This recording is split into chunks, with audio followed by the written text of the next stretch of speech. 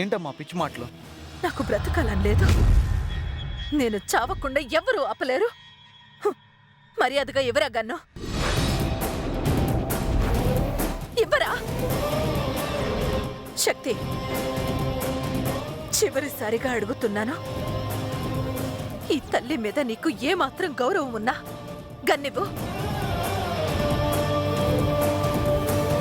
ఇవ్వు.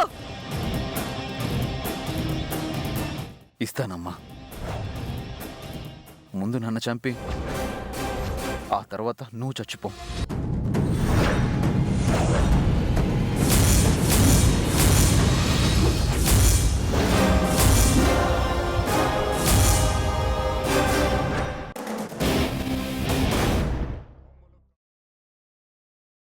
నువ్వు నన్ను చంపలేవని నాకు తెలుసమ్మా.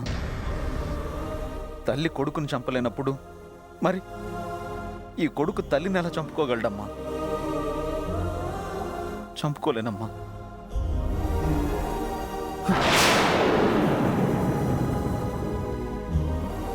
నీ ప్రేమ నాకు తప్ప మరెవరికి దక్కకూడదనుకునే నేను, నువ్వు లేకపోతే నేనెలా బతుకుంటాననుకున్నావమ్మా?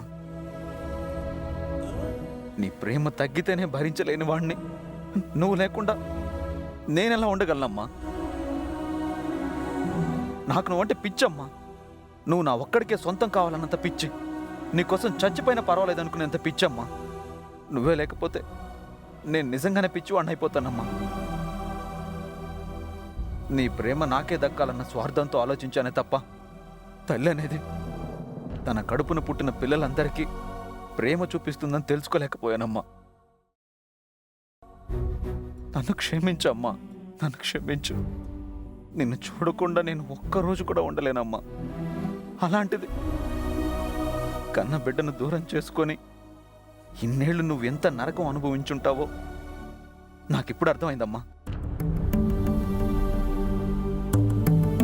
అమ్మ లేకుండా అనాథలా పెరిగినందుకు దేవనే అంతగా బాధపడుతున్నాడు.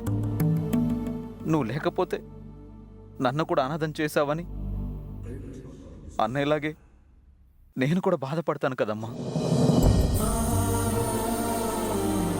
అయినా అన్నయ్య కోసం నువ్వు చచ్చిపోవడం ఏంటమ్మా? వద్దమ్మా, వద్దు అమ్మా. నేను చెప్తున్నాను, నీకోసం దేవనే నేను తీసుకొస్తాను.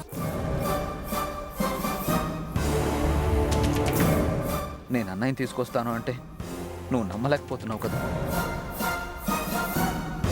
అన్నయ్య నిన్ను తల్లిగా అంగీకరిస్తే తప్ప నువ్వు బతకవని తెలిసాక అన్నయ్య మీద నాకు కోపం ఎందుకుంటుందమ్మా? నాకు అన్నయ్య మీద కోపం లేదమ్మా, నిజంగా లేదు. నన్ను నమ్మమ్మా, నేను చచ్చినంత ఒట్టమ్మా. నువ్వు ఇంకేమన్నా చెప్పాలా? ఇంకేమన్నా అబద్ధం చెప్పాలనుకుంటే చెప్పేయి. నేను చూడాలనుకుంటున్నాను నన్ను మోసం చేయడానికి నువ్వు ఎంత నీచానికి దిగజారగలవు అని. ఎందుకు ఆలియా, ఎందుకు నువ్వు ఇలా చేసావు? నీకు తెలుసు కదా నానమ్మ తర్వాత నీ ఒక్కదానిని కదా నేను పూర్తిగా నమ్మేది. ఏమన్నావు నువ్వు? ఈ మధ్య అన్నిటినీ మర్చిపోతున్నావా? అది చాలు. వాటిలో ఉన్న శక్తి విషయాన్ని గ్రహించి మనకు వివరిస్తాయి.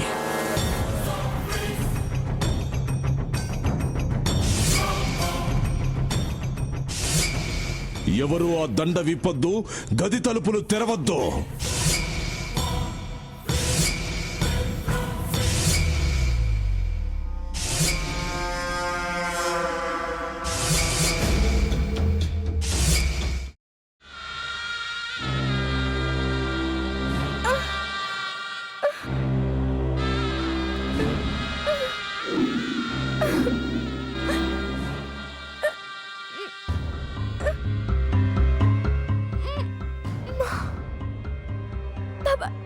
వద్దు బాబాయ్, నేను చేయొద్దు బాబాయ్, ప్లీజ్ బాబాయ్.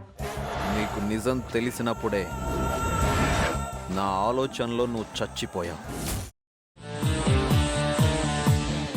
ప్లీజ్ కొంచెం తినండి ప్లీజ్. భీమారావు గారు, మీరా? ఇగో మీరా కాదు సక్కుబాయ్. అవును, మీ పనామే లేచిపోయిందని చెప్పి కంప్లైంట్ ఇచ్చినావు కదా. రేయ్, ఆయన కంప్లైంట్ ఇచ్చింది లేచిపోయిందని కాదు, కనిపించడం లేదు అని. అట్లానా? సరే మేడం. ఇడియట్.